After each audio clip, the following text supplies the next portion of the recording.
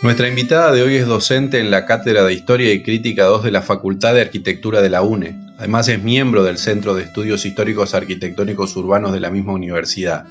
Delegada por Corrientes ante la Comisión Nacional de Monumentos y Lugares Históricos y asesora del Instituto de Cultura en el área de Patrimonio Cultural para el Museo Casa Martínez. Es miembro organizador de congresos y encuentros en temáticas de patrimonio cultural y natural, y entre otras cosas es miembro de la Asociación Defensores Costeros desde el año 2018. Con nosotros hoy la arquitecta María Soledad Maciel. ¿Cómo le va, arquitecta? ¿Qué tal? Buenas tardes. Adelante. Sí. Gracias por aceptar esta invitación. Para ayudarnos un poco a entender dónde estamos, porque estamos iniciando esta temporada de entrevistas en un lugar y bueno, y usted es un poco va a ser nuestra guía en este lugar. Perfecto. Estamos, ante todo, muchas gracias, porque realmente al ser egresada de la UNE es un placer no solo estar en tu programa, sino tener esta misión de hablar un poco de esta casa que está cumpliendo 100 años. Exactamente. Bueno, una de las cuestiones tiene que ver con eso, ¿no? Que estamos aquí también para poner en valor eso, ¿no? Que esta casa, construida en realidad como un petit hotel para la familia de Carlos Patricio Bedoya, ha sido un proyecto innovador para la ciudad.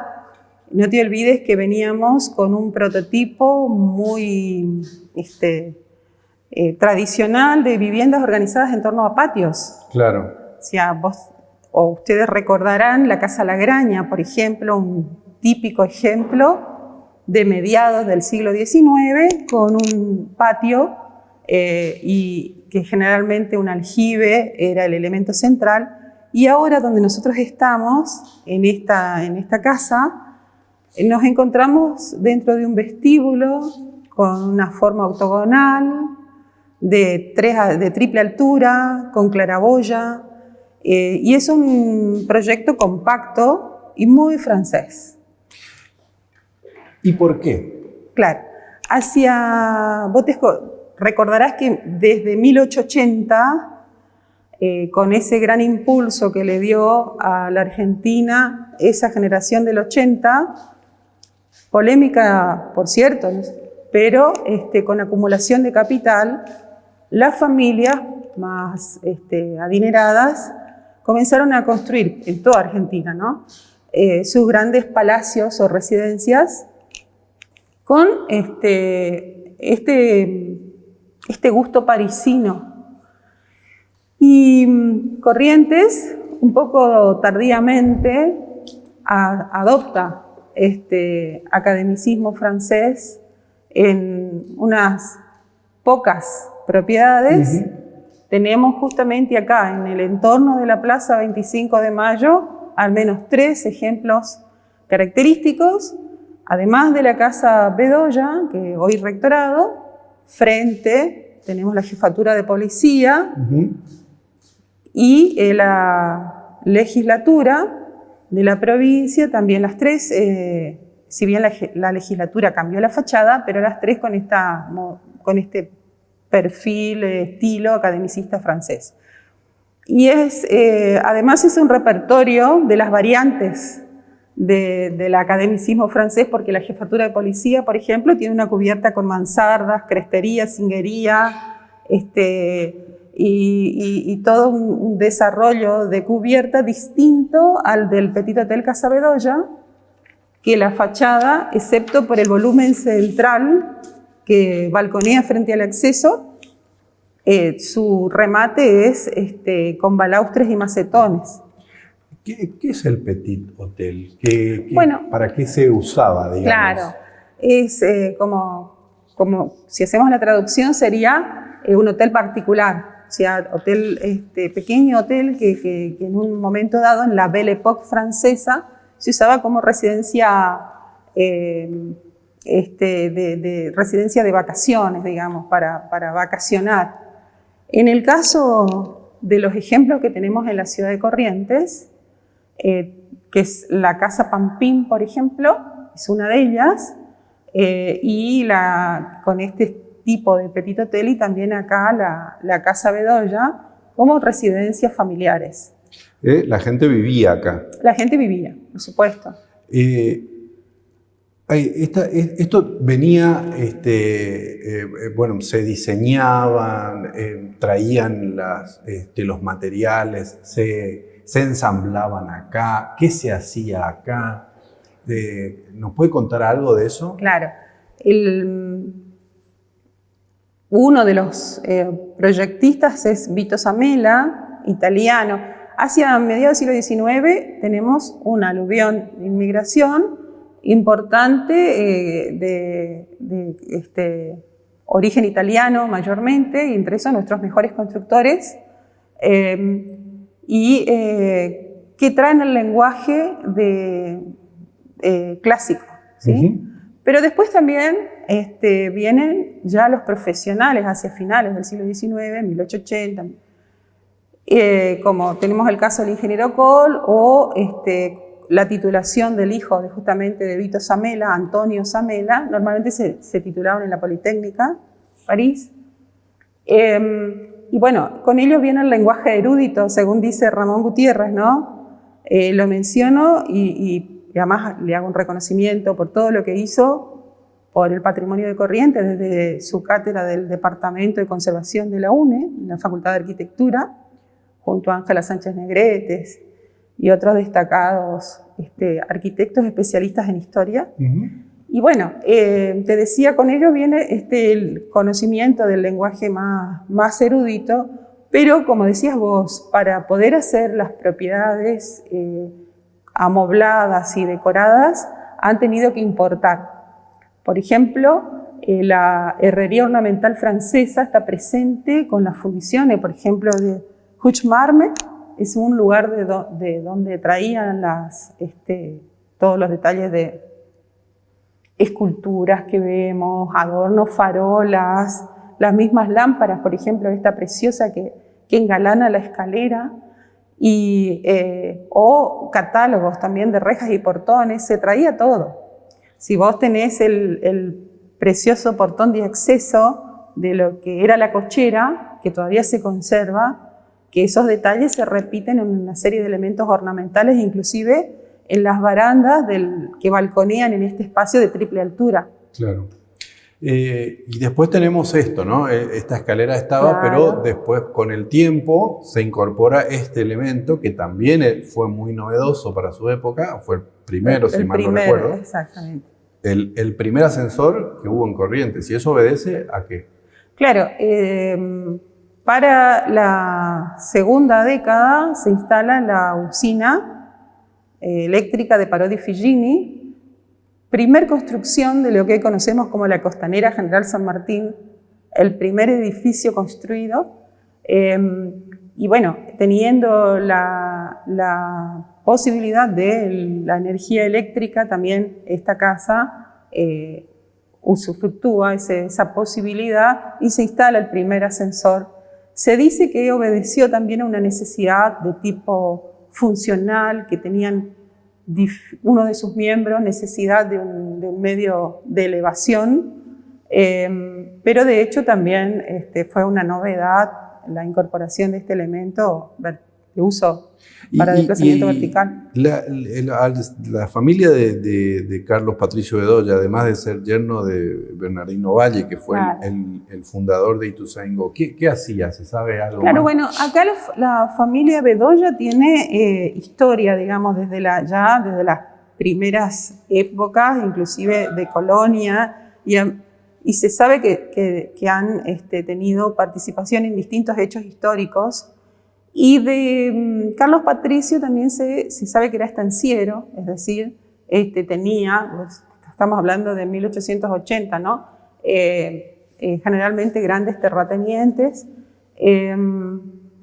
pero más allá de estos detalles, no conozco mucho de la historia de Bedoya, el residente de esta casa. Es más, te diría que hay muy poca información sobre él, pero sí sobre este apellido, digamos, que ha tenido relaciones y vínculos con la familia Zamela, inclusive hay donantes de la iglesia, por ejemplo, Jesús Nazareno es también Bedoya, uno de los descendientes de esta familia. En 1957 este edificio pasa a ser el rectorado de la universidad. ¿Se tiene registro de que algo haya cambiado? Sí, por supuesto. Habían dos propiedades antes de la construcción de la Casa Bedoya, inclusive contemporánea de la Casa Bedoya, donde hoy está el edificio de oficinas bastante más nuevo del rectorado.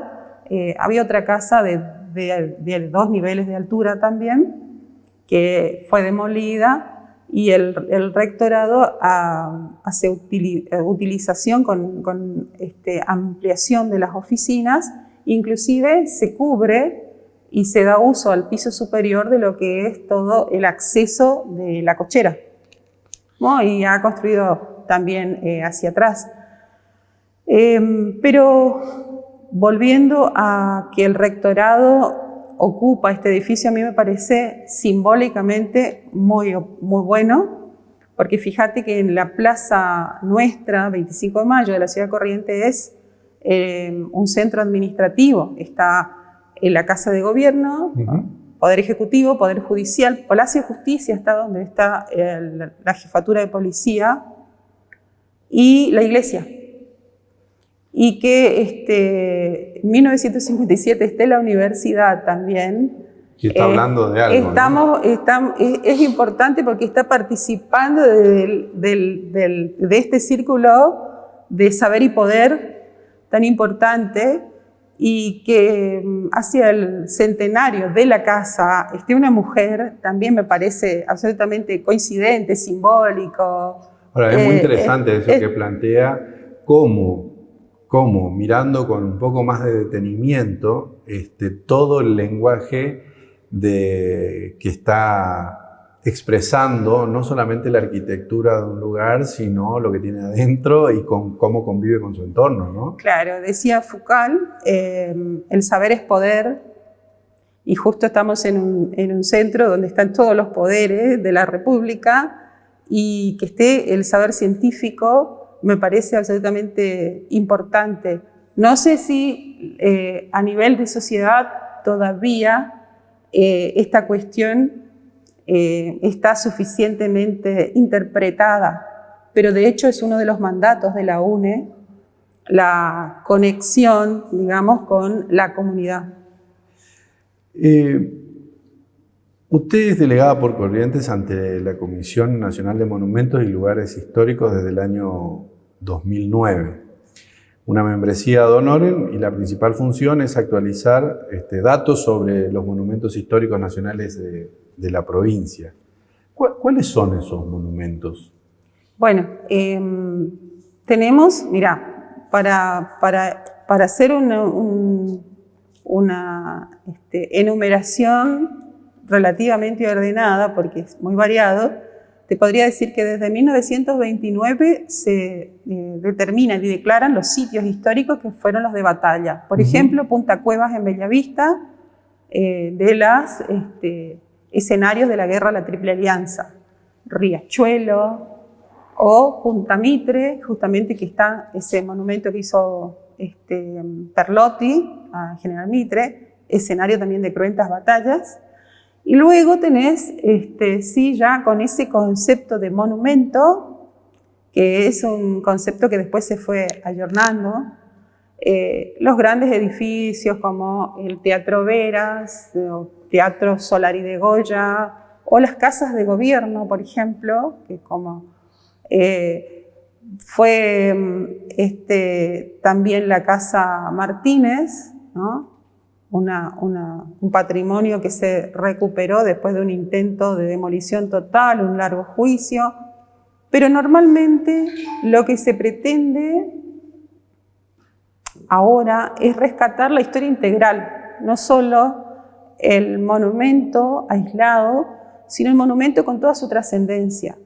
Y en esas categorías de declaratorias puede entrar también un parque, Por ejemplo, yo estuve tramitando la declaratoria del Parque Mitre como sitio o parque histórico, y de hecho ya va en camino al decreto, porque la trascendencia como espacio, por ser el primer parque costero, por todo lo que allí ocurrió, por ser un espacio de uso público por excelencia, son cuestiones que van ameritando la declaratoria. Si bien estas instituciones continúan designando o siendo designadas como monumentales, pero ya se va ayornando ese criterio a otras cuestiones, inclusive a los patrimonios inmateriales también. Claro.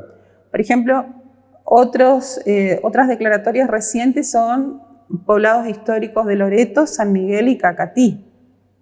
Y cuál es el objeto, además de la aldea, por ejemplo, las casas de galerías, Claro. que son una arquitectura típica, característica, vos decís, región nordeste argentino. Imaginás poblaciones e imaginás estos paisajes de pueblos con las casas de galería, y es un patrimonio en peligro porque esas casas de galería, al ser de un material perecedero como la madera, o algunos todavía tienen cielos rasos de cañizo en algunos casos, generalmente están en mal estado. O sea que hay que hacer un trabajo para ponerlas en valor, para no perder esa característica de... Bueno, acá nosotros perdimos, ¿no? Toda esa característica en determinados momentos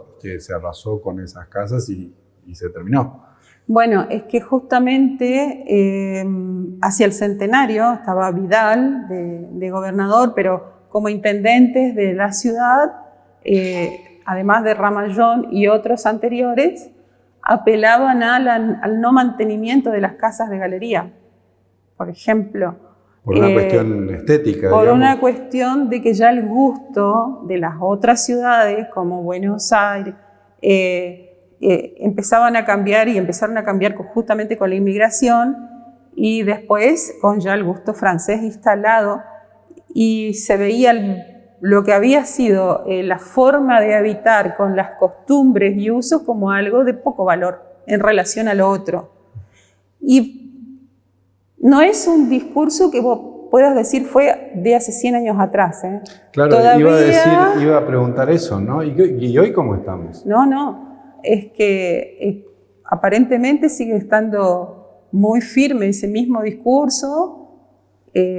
¿Y nos miramos a los mismos espejos o cambió un poco también el espejo? No, ya yo diría que capaz que con una diferencia de 10 años, creo que todo esto que fue plan costero, con la idea de edificios de 35 pisos u otras cuestiones así, en el área histórica, vienen de la mano un poco de ese discurso.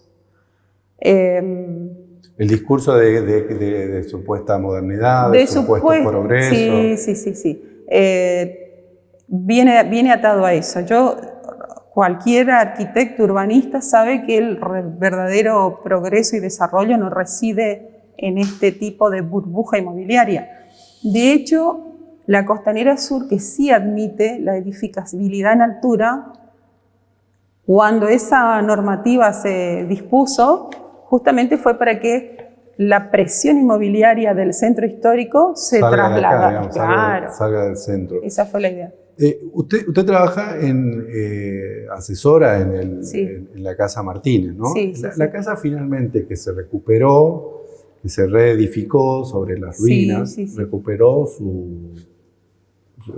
su fisonomía original. ¿Qué queda de eso? ¿Qué trabajo están haciendo ahí? Bueno, como vos decís, es una reconstrucción. Hoy permite que es una reconstrucción, pero sobre sobre trabajos inclusive arqueológicos hechos para obtener datos de cómo finalmente estaban, dónde estaban las paredes, cómo estaba, con fotografía, un trabajo muy interesante, donde trabajó Ángela Sánchez Negrete inclusive, o Ignacio Mujica en arqueología. La misma idea, por ejemplo, que está haciendo Roncham, o sea, se quemó y se la vuelve a hacer como ya así es, como antes del incendio. Y hoy cualquiera puede ir a la casa y disfrutar de los espacios como fue en su momento. Para mí, creo que eso fue lo más acertado. Porque inclusive se expropió con destino a museo arqueológico, que era una gran deuda. Encontrar un lugar donde se exhibieran aquellas obras o creaciones que habían hecho las comunidades originales guaraníes. Era una deuda. Corrientes tiene mucha historia precolombina de la cual todavía conocemos poco. Hay mucho más para estudiar. Usted fue miembro también de la Comisión de Centro Histórico desde el 2004 hasta 2019 y ahí se produce su renuncia. ¿Por qué se fue de ahí?